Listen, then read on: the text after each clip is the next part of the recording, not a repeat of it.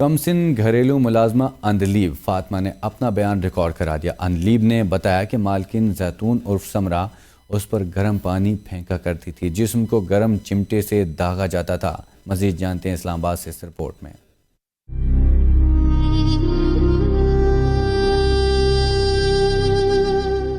ملزمہ سمرا کے تشدد کی شکار اندلیب کا کہنا ہے مالکن اسے تشدد کا نشانہ بناتی تھی۔ ڈانٹ ڈپٹ کے علاوہ جب زیادہ غصہ آتا تو چمٹا گرم کر کے اذیت دی جاتی، جس کے نشانات میرے چہرے، پیٹ اور ٹانگوں پر موجود ہیں۔ اندلیب فاطمہ نے مزید بتایا کہ مالکن کے بچے بھی مار پیٹ کرتے تھے۔ اس پر 2 مرتبہ کتوں کو بھی چھوڑا گیا۔ ماموں نے ہراساں کیا تو مالکن نے مجھے ہی مارا پیٹا۔ ڈر اور خوف کی وجہ سے کسی کو کچھ نہیں بتا سکتی تھی۔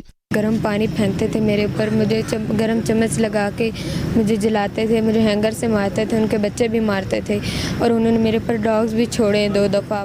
ملزمہ زیتون عرف سمرا ضمانت پر رہا ہو چکی ہیں، لیکن تشدد کا شکار ہونے والی اندلیب کو انصاف کون فراہم کرے گا؟ کیا ملزمہ سمرا قانون کی گرفت میں آ سکے گی؟ کیا اندلیب، رضوانہ اور ان جیسی دوسری بچیوں کی کوئی آواز بلند کرے گا؟ یہ سوالات ہمیشہ جواب مانگتے رہیں گے۔